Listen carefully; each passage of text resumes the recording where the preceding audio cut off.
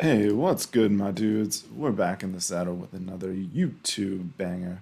And it is Monday, which means it's the Monday market update for Skyweaver cards. And oh my god, these things continue to exceed expectations. Mootichi up at 335. Earlier today, I saw him break 400. I'm not going to lie. Maybe I was dreaming, maybe it was all hallucination, but I'm pretty sure Mootichi was over 400 officially, which, I mean, you love to see it. Anyway, let's dive right in, I guess. I made some charts, some graphs this time, so instead of just looking at the numbers on the spreadsheet, we can actually see the trends more clearly now, and hopefully this is maybe, I mean, these will be on the sheet from now on, so we'll see if this actually helps us make better predictions. Just want to say that last week's video, for those who didn't watch it, last week we made a prediction. We said Brimstone, well, we were saying Brimstone was undervalued. At the time, this was last Monday, Brimstone was around 75 bucks. I made a prediction that it would be over $100 by this Monday, and holy shit was I right and then some. It's up to 173. This thing rose through the ranks so quickly. Brimstone is the star of the show for the week, without a doubt. So Brimstone, believe it or not, I think he's properly placed, if not still slightly undervalued compared to the surrounding cards. But I'll talk more about why I think that in a second. But I'm not going to die on that hill. Brimstone, he's in a much better spot this week. I'm not going to say that he's going to go up any more for next week, but I do have some other predictions. So make sure you stick around for the end of the video, because there I will show you what I'm predicting for next week, which should be pretty fun. It's cool because I got the last prediction right. We'll see if I can get 2 weeks in a row. Anyway, let's get back to these charts that I made. So here, this chart, you can just see the average gold price going all the way back to January 12th. Mind you, I'm just recording the prices once per day. So it's not the most granular data here that we're seeing, but it's good enough for a general trend. And we certainly seem to be taking off here. We had a little dip yesterday, about 2 days ago. Actually, it was 2 days ago now. So on Saturday or Friday, Saturday, things dipped a little bit, but we seem to be recovering nicely, and we'll see if we stabilize around this level. I wouldn't be surprised if we do. Things are really in a strange place right now because open beta is about to happen. I have the feeling that some people might be buying up a lot of cards in anticipation for the open beta, and we might see a small dump once the open beta happens, unless, of course, there's a huge rush of new players, which I personally don't really think is going to happen. But either way, I'm super confident in the prices long term. I just think over the course of the next week, things are maybe a little bit more shaky. So I wouldn't be surprised if we kind of wiggle sideways for the next week. That being said, I do think that there's a very good possibility we go up as well. All right, so yeah, so anyway, average gold card buy price for the week. There's not really much to talk about. It seems like we took a huge rally up at the beginning of the week, and then we've kind of been going sideways since mid of last week. Interesting to look at units versus spells for the week, because units continue to pull away from spells in terms of the average buy price of units, the gold cards. So it looked for a second when the guard. So actually, I want a couple things I want to say about this. When we had this dip early, or sort of like mid to late this last week, the units dipped, but the spells did not, which makes me think that if you're trying to invest, let's say you want to be a bit more cautious with your Skyweaver card investing. I mean, you're already being crazy by investing in Skyweaver cards in the first place, but I'm a crazy person, so I'm doing it too. So no judgment there. But it looks like units are more volatile for what it's worth. They're going to go up faster, but they're also going to go down faster. Spells are maybe like the solid bet. It's just going to go up with the general trend. And we see that here because when the average price dipped in the middle of the week, spells did not. Mind you, now we're going through another kind of pump right here today, and you can see units are climbing a lot higher than spells. Spells even taking a bit of a downturn. So it seems as though, at least for now, that the gap between units and spells is continuing to grow. What that means for investing, I'll leave that up to you. This chart's even more interesting because the differences are even more dramatic. If we look at high mana cards versus low mana cards, high mana really shooting off here. It looks like this is about to go exponential just based on the look of it. Spells completely flatlining. Not sure what that means, but it is interesting to note. Here we can see a chart of price by set. So set is just like the minting dates. There's one gold card that's minted, or sorry, there's 8 gold cards that are minted every week. At the end of the week, those cards are no longer minted ever again. So we've right now we've been going through 10 weeks. We're in week 11, but those aren't added to the chart yet. So here we have set 1 through 10. You can see very clearly from the chart that set 5 is by far the most valuable, and it's also rising the fastest. This is the set that was the lowest minting numbers, so they were all around 500, and Mootichi is in that set. So I think a lot of this curve here is from Mootichi, but actually all the cards in that set have been popping the fuck off. So it's not just Mootichi why set 5 is really going to the moon here. Interesting to note how much set 4, that was really the set of the week for sure. A lot of people were sleeping on set 4, I think, but now it seems to be growing into whatever. I don't know. Now it seems to be doing well.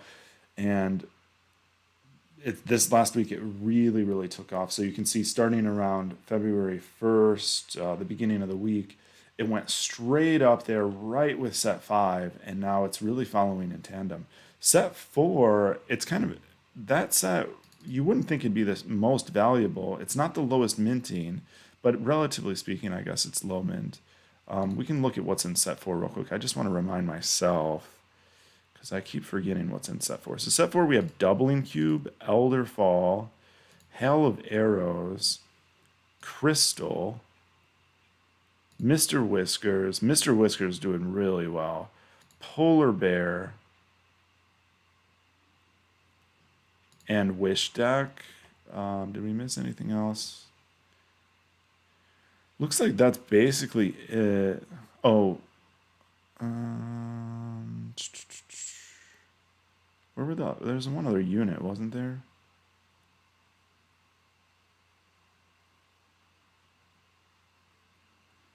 No, maybe that was it. So anyway, yeah, set 4 surprisingly really really doing its thing. And of course, the reason again is low mint numbers. Things like Wish Deck only had they had less than 500. So other graphs, real quick. I'll just run through the other ones real quick. But yeah, it does seem more and more like the price here is determined by mint number more than anything else, which is appropriate for the NFT market, right? So on that note, I want to talk about 2 other things. This chart right here is just going to show the price trend as the mint number decreases. So here's the price on the left side, and then as we go along this trajectory here, as we go to the right, the mint numbers are getting lower and lower and lower. So you can see by the time we get to mint number, let's say this is Mootichi here, that only 441 Mootichis were minted. We're all the way up. We really moonshot at the end here. So it's interesting to look at this because it can give you a good idea if any cards are undervalued. Right now, I don't have any money in my account, and I've already maxed out my fucking thing, so I can't buy any. But if I were to buy cards right now, I would be buying them based off of this chart because you can see where the dips are, I think, are the cards that are undervalued because they have really high mint numbers but a relatively low price. This huge spike here is Nakamoto. Nakamoto has a high mint number, but he has the meme value. So this spike is Nakamoto. This spike is Mighty Steed, believe it or not. Mighty Steed seems to be overvalued relative to the shit surrounding him. Not saying he's overvalued, but just relative to the other mint numbers around him. So here, so if we're really looking for values, I'd be looking at this dip right here and right here. This card only has 512 that were minted, and it's $68. That is way lower than everything around it. Really, if we're just looking at purely based on the mint number, we'd predict this to be somewhere like at least $100. So what card is it? Because obviously the card does matter. Well, it's the card with 512 mints. So if we go through the chart here, we can see that's actually supercharge. That's right. Right now, we're at the prediction part of the video, I guess. I kind of ran into it a bit quicker than I expected. But my prediction is that supercharge breaks $100 by next week. That's because there's only 512 minted. It's not a terrible spell, and right now it's only 68 bucks, at least at the time of this video. So look out for Supercharge. That's the card of the week, in my opinion. I think it's going over $100. Okay, $100 might be a bit ambitious. I'm going to say over $90. I think it's going over $90 without a doubt. I'd buy one right now, but I can't get any fucking money into my account because these goddamn, whatever, it's a pain in the ass. But basically, Supercharge is the card of the week. The other thing, and yeah, you could go through this chart and you could see a lot of other, what I would say, undervalued. Like maybe you would say this one right here is undervalued at only 34 bucks if you're trying to pick up something cheap. 32, $34, 685 and 673. So those would be, see, these are probably trash cards. Frostclaw, Wing Construct. See, like, yeah, I mean, the mint numbers are low for the price, but these cards are such trash that, I don't know, maybe you don't want to invest in that. It's hard to say. But yeah, really interesting to see this price by supply data. So I'm happy to be keeping track of this now, and I'll definitely keep you guys updated on this. Hopefully this isn't getting too in depth for you guys, but I'm enjoying it, so hopefully you guys are too. The last graph I want to show, this one can also be useful in my opinion for predicting cards that might be undervalued. So here we have the top 15 cards on market by market cap. So to determine the market cap, all I did was I took the price by the supply and I multiplied it. If we're looking at here, we can see that like in terms of the percentage of the market cap for all the gold cards, and mind you, this price time supply is a bit of a rough estimate because the way that Nifty Swap works, you know, if you sell cards, the prices go up and down quickly because the market's not liquid, and there's a lot of shit that goes into it. So this is very, very rough estimates here. Take these numbers with a grain of salt. It's basically, it's not to see the actual market cap numbers. It's just to see the relative values of all the cards. Really, that's all it's good for. But it can still be useful even just at that, because we can see that as a percentage of the overall market, Nakamoto still holds the title, not because he's the most expensive, but because, and by the way, I recorded this at the time when Mootichi was slightly over $400. So that's changed a little bit now already. He's gone back down. A couple people sold him. But we're just going to work with these numbers because it still is pretty closely in line with where things are at right now. Anyway, Nakamoto, even though he's only $185, there's so many Nakamotos that he actually still is the king of the market. He has more of the share than even Mootichi. But Mootichi is coming for him. And here we have a more, and then we have a huge dip down to Furonis and then all the way down the line. What's really interesting about this chart is it basically factors out as good as possible the rarity variable.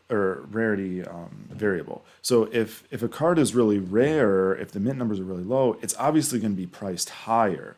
But if you were to somehow be able to like exclude that factor, you'd be able to just look directly at the card and say, well, which cards are actually better cards and should they be valued where they're at? I described that really, or explained that really sloppily. But the basic idea is the way these cards are lined up here should more closely align with their actual value in the game. Like how good the fucking card is to play in constructed or in discovery mode, basically. Mainly constructed mode. So in other words, if Nakamoto is at the top here, well, okay, Nakamoto's a rare exception because he's just like a fucking meme, right? But if we look in the middle of the pack here, we can start to ask ourselves, well, is Brimstone a better card than Burninate? Is it a more like in the game? Is it a better card? Because now we factored out how the number of Brimstones that are in circulation. So we can just kind of say, oh wow, you know, is Brimstone better than Burninate? Is Burninate better than Take Root? If we are of the opinion that, wow, you know what, Mr. Whiskers is actually better than Mighty Seed, which is a very, like, I actually think that's probably the case, then you might conclude that, well, Mr. Whiskers should have more of the overall percentage of the market than Mighty Seed. And so maybe Mr. Whiskers is undervalued. Or it could be that Mighty Seed's overvalued. which I think honestly that's probably a bit more. And by overvalued, I don't mean the price isn't going to go up. I just mean relative to the surrounding cards. I think for some reason, Mighty Steed, he popped up a little bit today, and I wouldn't be surprised if, at least over the next day or two, we see him either stay while others catch up or he dips a tiny bit. But I'm not saying by the end of the week, but just for the next couple days. But yeah, if we look at this lineup, I would say probably a Hell of Arrows doesn't seem to really belong here. I don't think it's that great of a card, and it's not a unit, it's a spell, which is usually undervalued. So I wouldn't be surprised if Hell of Arrows drops off the top 15 by next week. Mountain Lion probably comes up, takes his spot. Tridra's not the best card either, if we're being honest. I don't know. I don't play a lot with Elderfall, but I guess it's an okay card, honestly. Take Root, I don't ever play Wisdom, so I don't know if that card is really that great. Burninate's all right. I mean, it's a good card actually. Brimstone. So, is Feronis better than Mother Ethera? Yes. So even though Feronis has such a high mint number, his price is relatively low now compared to how good of a card it is. So I think Feronis is starting to reach that point where, okay, he's fair valued in the market relative to everything else. Last week I said maybe he was a bit overvalued, I think. I don't remember, but I was of that mindset anyway, because he was around $90, $95, $85. Now he's down to 75, and I think I might actually pick one up once I can get some fucking money in my account, because I'm still missing a Feronis, but I do think he's better than most of the cards down here. So, and one other note, this is one of the reasons I still think well, actually, I'm going to leave it at that. I think I've gone on probably long enough about this chart, but hopefully I explained it well enough. I feel like I'm not really happy with the way I explained it, but basically, yeah, the point of this chart is to try and filter out the rarity of the cards and just see more clearly if the pricing matches how good the fucking card is in the game. That's basically what this is all about. I think that's all the graphs that I have. I will just note that I'm turning this into a website that is still very, very rough stages here, but I will be building a website, Skyweaver TCG. I want to include all these graphs are going to be on the website and a bunch of other stuff about market analytics. And I'm even working on getting some information about Conquest players, Conquest leaderboards, who's won the most gold cards, who has the highest win rates in Conquest. I'm really interested in seeing that information too. So I'm talking with some guy on Reddit about trying to get that situated for this website too. But for now, it's kind of just like a very bare bones website. It's not even optimized for mobile. But if anybody in the comments knows about how to deal with the Skyweaver API and get data off of that, or even how to integrate charts into a WordPress website, hit me up, because I'm definitely just a noob when it comes to this stuff. But on that note, I guess that's it. Again, just to reiterate, cards basically still going up. The trend still looks healthy to me, especially when it comes to units. Units might be about to pop off, and especially when it comes to set 4 and 5. These things continue to rise, and it looks like they're about to go exponential. So, and as far as predictions go, next week I am predicting that Supercharge is going to be at least $90 by next Monday. That assumes that the market still keeps going up. I think it probably will, but I wouldn't be surprised if we kind of go sideways a little bit as everybody gets a bit uncertain about how the open beta is going to affect prices. All right, guys, thanks for tuning in. Be sure to tune in next week, next Monday, and see if my prediction was right or if I was completely wrong. And thanks, everybody, for watching. Peace out.